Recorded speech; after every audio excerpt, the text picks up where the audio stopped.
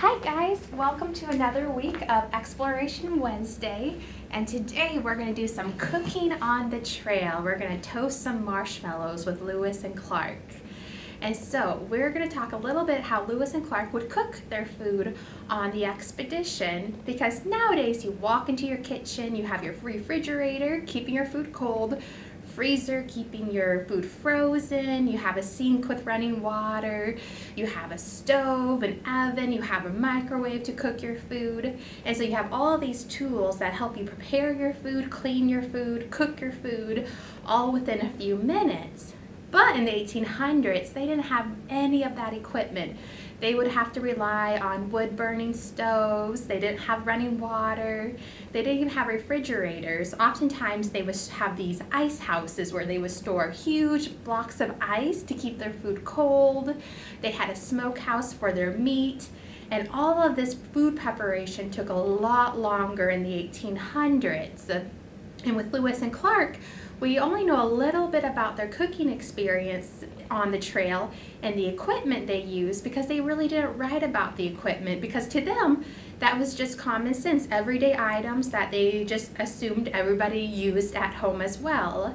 So like today, if you're writing in your journal, I made popcorn today in the kitchen, you wouldn't tell us you wouldn't write about the bowls you used, if you used the microwave, if you used the stove top, you just wouldn't include that information because it's common knowledge today. So when we look back at the journals, we don't know too much about how they prepared their food. We know they had some kettles, from 1 gallon to 5 gallon kettles. They had flint and steel to start their campfire. We know they had some tin cups, they had spoons. They don't mention forks, so they might not have ate with forks, because in the early 1800s, forks actually weren't too common kitchen items to eat with, so they might not have even used forks to eat their food with. And then we do know they had some cooking preparation to cook their food. We know from the journals they had over 700 pounds of hog's lard and grease from a pig to cook their food with. And they probably used that when they were frying their meat.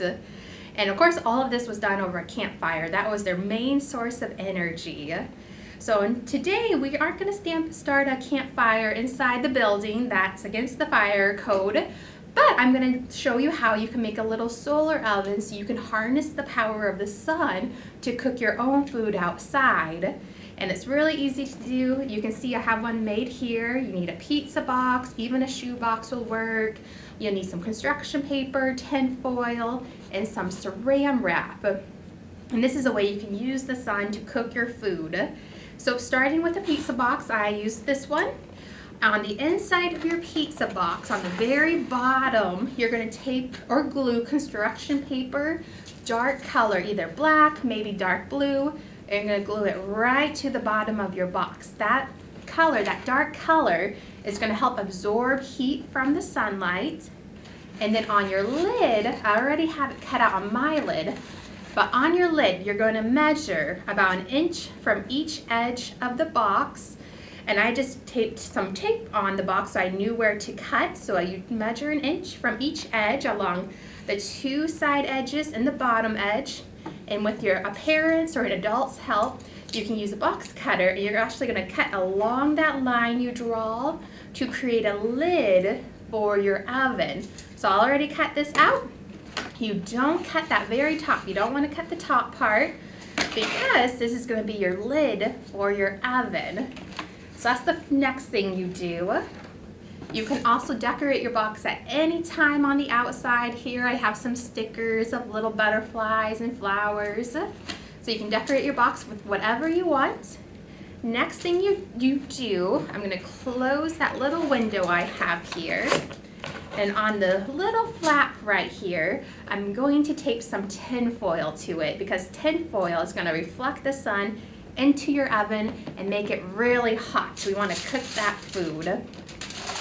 So I'm going to slide it right to the bottom. I'm going to fold over the edges. You want the shiny side of your tin foil on the outside so it can reflect the sun.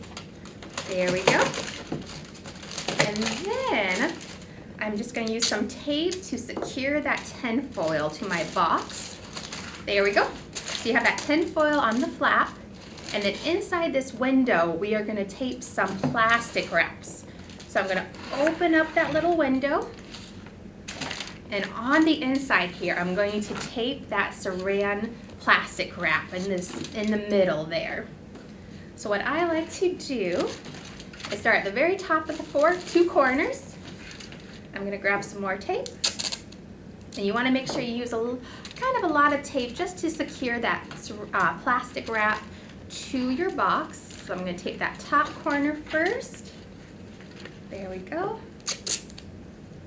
And this might be a two-person job as well. Now, if you were a cook with Lewis and Clark, you would actually be excused from all other camp chores because cooking was a lot of work. Because remember, you have to collect the firewood, you have to collect the water from the river, you have to prepare the meat, you have to maybe find some wild seasoning to make the food taste a little bit better. Lewis records that they had found wild onions and garlic that they used to season their dishes to make it taste a little bit better. Because during the expedition, they weren't concerned with the taste of their food. They were more concerned that, one, they had food, that they were able to hunt on the expedition, find fresh meat to eat, and this would give them energy. They were concerned with, having food that gives them energy and nutrients so they could keep working on the trail. There we go. So you can use more tape all around the four edges of this plastic wrap to tape it to that little window. And then you're all ready to go. So I'm going to close that window right here. You can use a ruler to kind of prop up that lid if you want to when you're cooking. Otherwise, I have these little kebab sticks you use if you're making maybe little chicken kebabs to prop open the lid. But when you're ready to cook your marshmallows or whatever you want to cook, you take your little solar oven outside on a sunny day. You open that window. I'm actually going to add a little bit more tape to my saran wrap. There we go. And so I'm going to grab a little graham cracker right here, place it in the bottom of my oven. You can have some marshmallows, set them in there. Go ahead, right in the middle there. I'm going to close the window of my oven. Now I didn't put any chocolate on it yet because chocolate will melt faster than the marshmallows. So I want to get the marshmallows cooking first, and then after I check on it, maybe in about 30 to 45 minutes, once my marshmallows start to cook, I can add my chocolate to it. So I would set this in the middle of, maybe of the sidewalk where it gets a lot of sun to hit the tin foil to reflect it into my oven. This saran wrap, that plastic wrap, keeps all that heat trapped inside, and it'll cook your marshmallows. And you can experiment, with different foods. You can try some large marshmallows. Will that cook faster? And just experiment with your solar oven. You can keep a journal just like Lewis and Clark did to talk about your food adventures. And you can talk about what food you use, how to try maybe increasing the heat inside your box. So have fun, do some experimenting, and let us know how it goes. Now, unfortunately for Lewis and Clark, they did not get to enjoy any s'mores. They didn't have marshmallows, they didn't have graham crackers, they didn't have chocolate. That food would have gone bad very quickly on the expedition. Now, we do know that Captain Clark wrote about these buffalo berry tarts he had. They were visiting the Mandan tribe in North Dakota, and he said there was some delicious buffalo berries they got to try on the trail. And unfortunately, we couldn't find any buffalo berries today at the store, but we did find some blueberries. And so we are going to try to reconstruct this berry tart that Clark said was absolutely delightful in his journal. And we're using a recipe that we have from a Lewis and Clark cookbook by a historian named Holland. And it's using the materials, the ingredients Lewis and Clark would have had with them on the trail. And so this is what our little berry tart's gonna look like. You kind of see that it's a little pastry along the side, and then you have that blueberry filling. And you can experiment with whatever berries if you can find. If you can find buffalo berries, gooseberries is something they also talk about in the journals. raspberries work perfect as well. And what you need a bowl. We're gonna go ahead and add a 3/4 cup of flour, because we know they had some flour packed with them. They would actually sometimes make what Lewis called mush on the trail, because remember, a lot of their food was just for energy. It didn't necessarily taste very good. And so he had that corn flour, he mixed that with some grease he had from some spoiled meat, and he basically called it mush right there on the journal, so it wasn't very tasty. You add the flour. I'm gonna add a dash of salt to my pastry dough, because first we wanna make that dough, that crust for our tarts. Then we're gonna have some lard, because remember, they did have that hog's lard, which you can still find in the store today. This is about 1/4 of a cup of hog's lard and a dash of salt, and then you just kind of cut that lard right into the dough here. Now, of course, Lewis and Clark didn't have an oven, so it's unlikely they made this tart themselves, but back home where they had those ovens, they said it was delightful what they had. So this is a recipe that they might have used. Now, most of the time, they didn't really have any sweet treats with them because they were using local ingredients. So, and sugar was something they had to ship in from far away. So if you had a sweet treat, that was a very, very special treat, because sugar was very expensive because it had to come from so far away. So if you were cooking back in the early 1800s, you were using things that grew locally in your garden, maybe in your neighbor's garden. You would buy maybe fresh eggs if they had chicken. But otherwise, things like sugar and chocolate and different spices were very expensive. So I have that lard kind of cut into my crust there, my dough. I'm just gonna add a little bit of water just to kind of bring the dough all together. There we go. And you're just gonna mix just until that crust starts to form and come together into a ball. Now I'm looking around, I actually realized I forgot my tart pan. So what you can use if you have like a little tart pan, this recipe makes about 2 tarts about this size. You can actually make a little tart pan if you don't have any that size with tin foil. You just fold up some tin foil around like a cup here to give you that shape, and you can pour it right in there. So I'm gonna mix a little bit more water in here. There we go.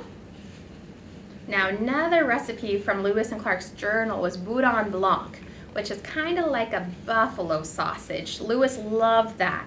But how they cooked that was first they took that buffalo sausage stuffed with all sorts of meats and a little salt and pepper, and they actually boiled it first. So they had their kettles, which they probably boiled that little sausage in, and then they fried it over the fire with some bear's oil. Because remember, throughout the whole trail, they have to think about what they could use for food and nutrients so that they always have something to eat for their soldiers. And so after hunting a bear, they made sure they also saved the bear's oil from the grease from the bear to fry with. And so he really enjoyed that recipe a lot more than he liked the mush. And I always recommend with frontier cooking, it doesn't have to be perfect. And I say just get your hands in there and get a little dirty. So because I forgot my tart pan, I'm just gonna use that bowl here. In this recipe, I'm just gonna get in there, get a little dirty, experiment with a few things. And so this one will make about 2 tarts. So I'm gonna break my dough in half. And you can roll this out on the kitchen table with some rolling pins, lay down a little bit more flour so it doesn't stick. But right now I'm gonna improvise like Lewis and Clark would if they didn't have all the ingredients or equipment that they needed. So I'm gonna use my hands. And then remember, you want a little side crust for your tart. So I'm gonna pinch the crust so it has a little side. There we go. There we go. A little bit more on that side. I see I need to make a little bit more of an edge. Perfect. And there you go. Yours will look a little bit better when you have a pan to set it in. But I'm going to put away the rest of this dough for later. And now, so you have your pastry crust. Now we need to make the filling. So you're gonna grab about a cup of any berries you want to use. I have blueberries that I already kind of squished them with a rolling pin.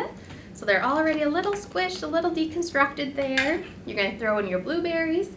You're gonna throw in about I think it's about a half a cup of sugar. I will have the recipe in the comments below for you to follow with precise measurements, but feel free to wing it a little bit. Lewis and Clark didn't really use measurements. They kind of went with what tasted good to them, maybe what their parents taught them about how to prepare a meal. If you look at the really old cookbooks, they don't always have precise measurements. Now we're going to throw in just a dash of flour just to kind of hold that together to give it a little bit more body in there. We're going to mix that all together, and then you're good to go. And all you have to do is spoon that little filling into your crust right there in the center. And then you're ready to cook at 375 for about 30 to 45 minutes. Just keep an eye on it. And you are ready to try your berry tart. Now it's not going to be overly sweet because remember, they didn't have a lot of sugar. They had just a few pounds of sugar with them, and they probably didn't waste it on a tart. They were saving that just for like when they would need it.